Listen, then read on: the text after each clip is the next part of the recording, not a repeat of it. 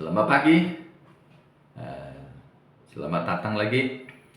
Hari ini tajuk saya ialah kasihilah jiranmu seperti mengasihi dirimu sendiri.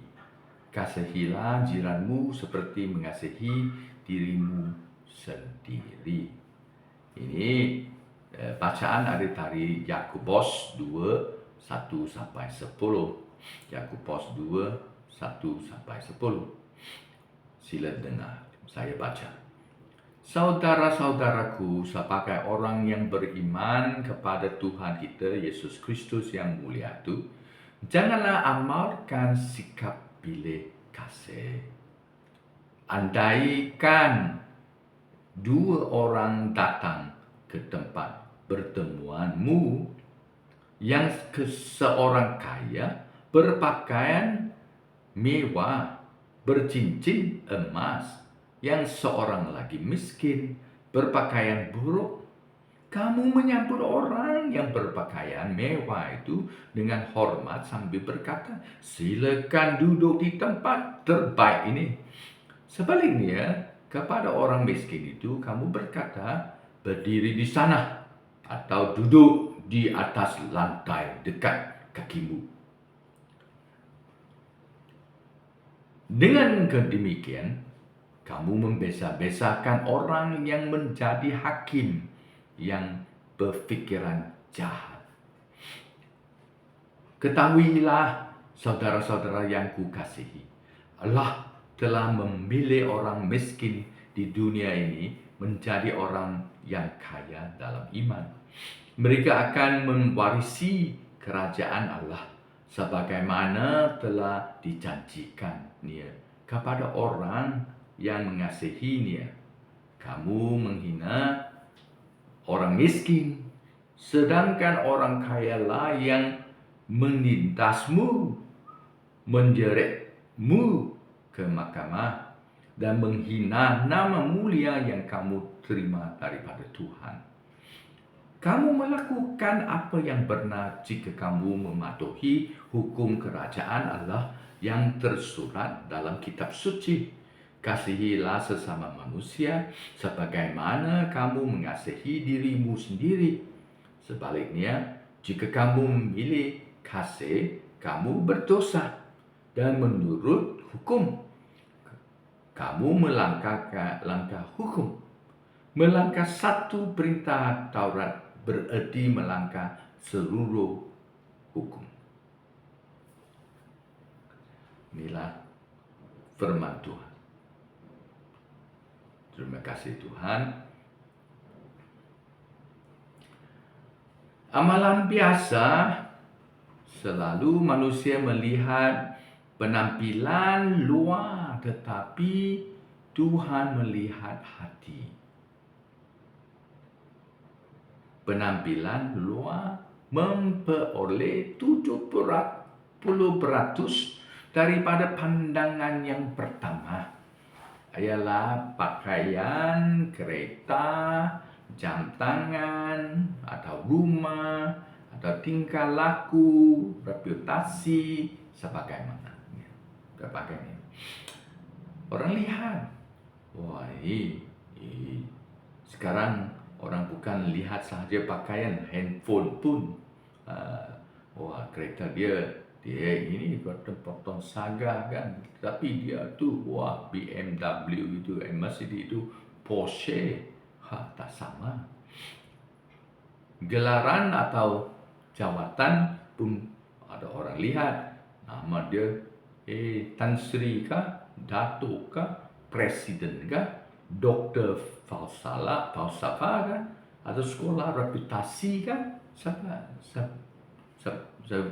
bagaimana semua yang lainnya,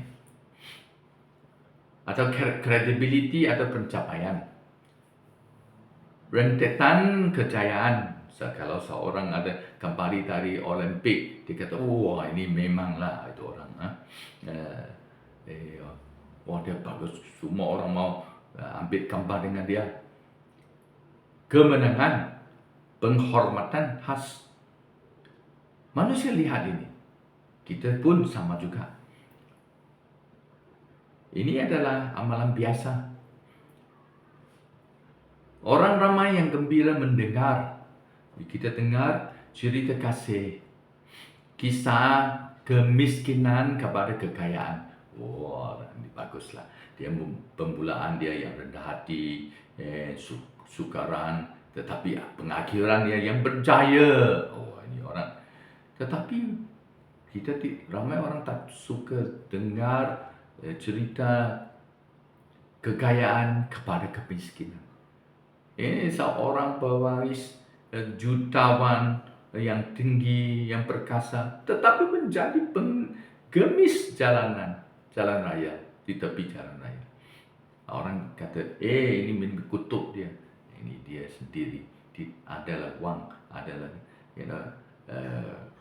jutawan. Dia pun tidak tahu macam mana jaga atau guna. Ada orang marah dia. Tetapi orang suka dengar kemiskinan kepada kekayaan. Jemaah Yakobus pada abad pertama Masehi, ialah pada masa itu Yakobus menuliskan surat ini kepada ramai orang yang miskin. Mereka adalah petani, atau kata-kata B40 ke B40, seperti Yesus. Ini mukjizat, 2 ikan 5 roti, itu mukjizat. Dia bawa makanan kepada 5,000 orang lebih. Dan ini mereka yang adalah orang yang miskin yang tidak ada makanan. Dia tidak bawa makanan, bersama-sama ikut Yesus, mendengarkan khotbah Yesus. Tetapi di jemaah Yakobus, dia di Palestin, di Yerusalem, di Yudea atau Samaria, pada masa itu mereka ramai ialah B40. Ada keluarga BM40 memang ada, tetapi mereka ialah seperti pengumt cukai atau ahli perniagaan seperti Zakius. Ada orang pun kaya, kurang di 20. Mereka seperti Yusuf dari Arimatia. Dia ada kubur, sudah siap sedia untuk sendiri, tetapi bila Yesus meninggal, sudah mati, dia bagilah itu kubur dia kepada Yesus.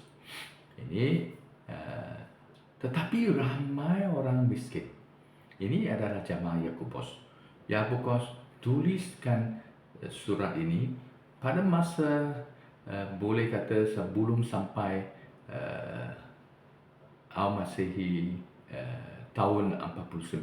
Sebab itu adalah Council Yerusalem belum. Sebab ini Yakobus, dia ialah pemimpin pada masa itu. Dia jagakan tempat itu, semua orang Yahudi saja. Tetapi di sana ada perhatian kepada orang kaya dan miskin. Ya, orang kaya, Yakobus kata, mereka lihatkan pakaian. Dia ada pakai cincin emas. Tetapi miskin orang pakai pakaian buruk. Dia kata, kalau engkau ayat 4, dengan demikian kamu membesa-besakan orang yang menjadi hakim yang berfikiran jahat. Kalau mau pilih kasih, dia kata ini, engkau sudah jadi hakim atau hakim yang berfikiran jahat. Ini bukan tak boleh dapat kesenangan hati Tuhan. Realiti menurut Yakobus, Yakobus kata, tahukah saudara-saudaraku kasihi, Allah telah memilih orang miskin di dunia ini menjadi orang yang kaya di dalam iman. Jadi kan Yesus dia miskin. Ramai orang yang percaya, semua rasul-rasul pun miskin. Kalau ada orang yang kaya seperti Barnabas, dia pun jualkan tanah dia, tolongkan semua orang bersama. Ini mereka akan mewarisi kerajaan Allah sebagaimana telah dijanjikannya kepada orang yang mengasihinya. Tetapi kamu menghina orang miskin. Mengapa? Dia kata sedangkan orang kaya lah yang mengindasmu, menyeretmu ke mahkamah dan menghina nama mulia yang kamu terima daripada Tuhan. Ini ada orang kaya. Pada masa itu bukan Yahudi kata tak boleh jadi orang kaya, tetapi mesti tidak boleh adalah pilihan kasih. Jangan jaga hakim yang jahat. Ini pada masa itu, sebab pada masa itu perlahan-lahan ada orang yang percaya, mereka yang lihat semua orang yang kaya sedikit, semua orang yang berdekat dia mereka yang jaga mereka lebih. Ini Yakobus kata jangan buat begitu. Dia kata mematuhi hukum kerajaan Allah. Itu hukum kerajaan Allah dulu ialah hanya perjanjian lama saja. Ayat 8 kata, kamu melakukan apa yang benar jika kamu mematuhi hukum kerajaan Allah yang tersurat dalam kitab suci. Dan pada masa itu tidak adalah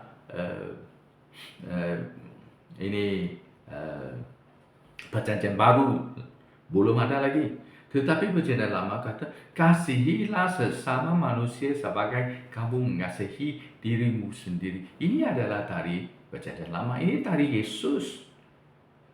Cerita ini pun ada seorang orang Buddha datang ke Yesus. Dia kata saya mau dapat kehidupan yang kekal. Yesus kata, engkau tahukah apa itu Taurat kan? Dia tahu. Dia ucapkan semua Taurat.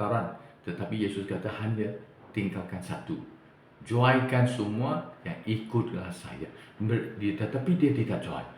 Sebab dia adalah fikiran, dia adalah pengetahuan, dia pengetahuan di otak, di hati, dia tahu. Seperti orang Farisi. Tetapi tidak jalankan. Dia hanya banyak harta, banyak duit, tetapi tidak tolong. Yesus kata, jualkanlah, tolongkan orang miskin. Ramai orang miskin di sini, tolongkan mereka. Tetapi dia tidak buat begitu. Memang tidak boleh dapat kehidupan yang kekal. Lepas itu Yesus kata, lagi susah daripada ekor unta mengalir atau masuki itu mata jarum. Lagi susah. Tapi di sini Yesus kata, kasihilah jiran kamu seperti sendiri. Janganlah amalkan sikap pilih kasih. Ayat 1 Yakobus kata, saudara-saudaraku, sebagai orang yang beriman kepada Tuhan kita Yesus Kristus yang mulia itu, janganlah amalkan sikap pilih kasih. Ayat 9 kata, sebaliknya jika kamu memilih kasih, kamu berdosa dan menurut hukum kamu melangkah hukum. Ini yang dahsyat. Ini Yakobus dia serius. Dia kata jangan pilih. Pada masa itu memang ada ramai orang Kristen Yahudi di sana, selalu adalah sikap mereka adalah pilih kasih. Sebab ini biasa orang lain. Biasa belum jadi Kristen pun sama juga. Sekarang Yakobus kata jadi Kristen jangan buat begitu. Jangan buat begitu. Ini engkau berdosa kalau buat begitu. Yakobus tidak berbasa-basi firman-Nya. Dia kata melangkah satu perintah Taurat bererti melangkah seluruh hukum. Dia melangkah satu. Dia kata orang Buddha dapat di hadapan Yesus, dia tahu kan semua Taurat, tetapi dia tidak jalankan saja. Ini dia melangkah satu perintah, bukan engkau mau buat salah. Ya, ini pun termasuk engkau tidak buat apa yang bagus. Bukan buat salah, tidak buat, engkau pun melangkah. Bila melangkah, satu perintah Taurat, melangkah seluruh hukum. Sekarang kita kata, adakah ia berbaloi? Ada berbaloi. Pelesihan begitu teguh, kuat, dan kehilangan semua pada satu kesilapan. Engkau kerja seluruh kehidupan dan simpankan Taurat-Taurat, ikutkan Tuhan, tetapi hilangkan semua pada satu kesilapan. Kesilapan ini bukan engkau buat salah, kesilapan ini ya engkau tidak buat pun kesilapan. Ini berbaloi kan? Kami mesti mau ingat lagi, Tuhan pada masa itu, pada Yakobus, yang Tuhan yang sama sampai hari ini, dia bukan kata tak boleh jadi orang kaya, tetapi dia kata mesti ada hati, jangan pilih kasih, mesti ada orang, ada keperluan tolong. Hari ini engkau boleh tu, kita semua boleh bersama-sama doa, Tuhan, tunjuklah kami siapa yang ada keperluan. Seperti itu Samaritan yang baik, orang Samaria yang baik.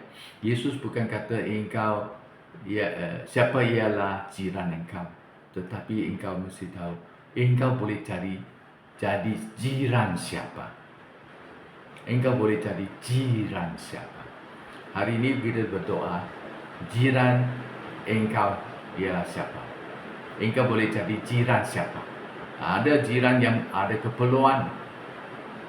Kita boleh jadi jiran untuk orang, dia mau orang dengar dia, atau dia mau masa kita bersama dengan dia counseling. Ada masa dia adalah keperluan dia kewangan, atau keperluan kita mesti mau ada pertolongan, atau melawat dia. Ada orang dia mau tolong, ada orang mau ajar kitab, ada orang mau dapat firman Tuhan, Injil Tuhan. Kita doa, Tuhan hari ini, tunjuklah saya, tunjuklah kita, siapa engkau ni Tuhan mau kami mulai hari ini, tolongkan siapa. Kalau engkau boleh buat begitu, saya boleh rasa Tuhan memang memberi berkat. Dia kata jangan kita kerja kuat, tetapi hilangkan semua sebab satu kesilapan. Ada banyak kali saya dengar orang kata, ayo saya sudah silap. Dia sendiri sangat adalah kesakitan di hati sebab saya tidak berkongsi firman. Saya tidak berkongsi Injil. Saya tidak tolongkan dia. Di telefon saya tidak peduli. Tetapi ini bukan kata engkau tolong seorang selama seperti diikat oleh dia. Bukan. Seperti you jumpa doktor. Doktor cek. Kalau engkau adalah ini operasikan atau pembedahan kan. Ini doktor biasa, tidak tahu buat. Dia memang mau referral atau panggil engkau pergi, ini pakar, doktor pakar. Kita pun sama juga, tolong orang kalau lebih masa sudah ambil, tak boleh tolong, mesti mau cari orang pakar. Orang pakar menolong dia. Kalau tidak buat begitu, engkau pun silap, pun salah. Sebab engkau jaga satu orang yang lupakan semua orang lain yang ada keperluan. Marilah kita doa hari ini. Ya Bapa yang di surga, dengarlah doa kami. Kami dengar dari Yakobus, dia kata kita berselisihan yang simpankan semua Taurat-Taurat Tuhan, tetapi kalau hilangkan satu kesilapan boleh hilangkan semua. Tolonglah kami. Kami sekarang doa Tuhan, yang bukalah mata kami biar kami boleh lihat sesiapa ada keperluan yang Tuhan hari ini mau kami tolong. Tolong mereka, ya, berikan kasih Tuhan, anugerah Tuhan, perlindungan Tuhan kepada mereka. Ada orang mau dengarkan doa, atau dia ada counseling, atau dia mau nasihat, atau dia mau orang menjadi kawan dia bersama-sama dengar suara dia. Tolonglah kami serah sendiri kepada dalam nama Yesus. Amin. Haleluya.